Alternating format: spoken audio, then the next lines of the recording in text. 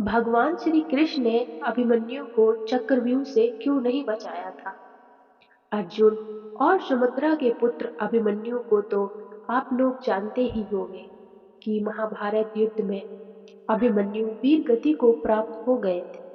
लेकिन बहुत से लोगों के मन में यह प्रश्न अवश्य होता होगा कि आखिर सर्वशक्तिमान श्री कृष्ण ने अपनी ही बहन सुमित्रा के पुत्र अभिमन्यु को क्यों नहीं बचाया था, जबकि अर्जुन और पांचों पांडवों की युद्ध में अंत तक उनकी रक्षा कवच बने रहे थे, तो अभिमन्यु को क्यों मर जाने दिया?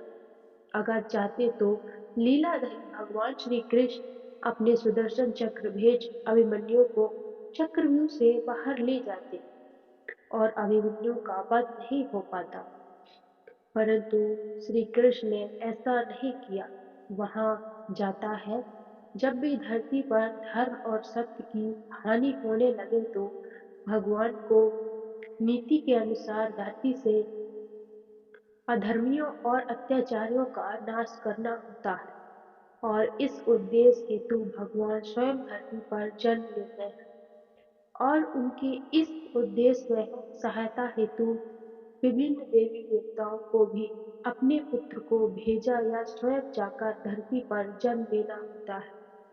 ऐसे ही जब द्वापर युग में भगवान विष्णु ने श्री कृष्ण अवतार में जन्म लिया था, तब ब्रह्मा जी ने और सभी देवी देवताओं को भी श्री कृष्ण की सहायता हेतु धरती पर जन्म लेने का आदेश दिया था।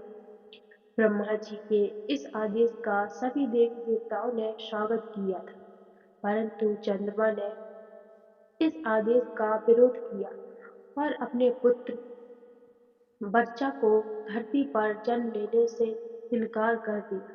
लेकिन जब सभी देवताओं ने मिलकर चंद्रमा को समझाया कि धर्म की रक्षा करना ही हम देवताओं का परम कर्तव्य और धर्म है, इसलिए हम सभी को ब्रह्मा जी का आदेश का पालन करना है।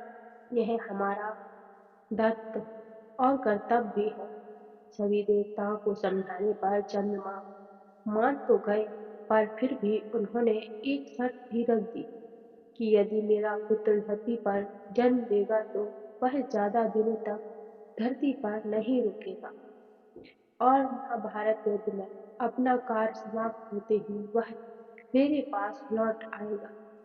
इसके साथ ही वह युद्ध में अपने पराक्रम से बड़ा बड़ा महारथियों को भी चकित कर घोर युद्ध लड़ते हुए वीर गति को प्राप्त होगा और उसके इस अदम्य सहाय को युगों युगों तक याद रखा जाएगा।